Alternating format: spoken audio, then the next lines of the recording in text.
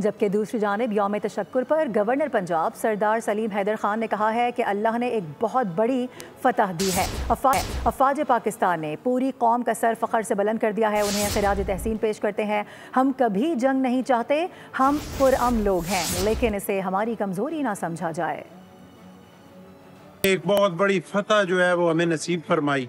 पूरी दुनिया ने देखा कि ईमान की ताकत से लेस हमारी फोर्सेस ने इस तरीके से उस गुरूर को खाक में मिलाया कि पूरी कौम का सर फख्र से बुलंद है। मैं खराज तहसीन पेश करता हूँ तमाम फोर्सेस को, खासकर अपने सिपा सलार को, एयर चीफ को, एरी चीफ को, कि बड़े ज़बरदस्त तरीके से हम पे मुसल्लत की हुई जंग को उन्होंने उस गरूर को खाक में मिलाया, जो ये समझते थे कि ये छोटा सा पाकिस्तान है, कभी हम जंग नहीं चाहते, हम अमन चाहते हैं। लेकिन कभी भी अमन को जो है वो हमारी कमजोरी ना समझा जाए, और अगर कभी फिर इंडिया ने इस तरह की हरकत करने की कोशिश की तो इंशाल्लाह इंडिया टुकड़ों में बट जाएगा और कभी फिर नाम नहीं लेगा पाकिस्तान पे हमला।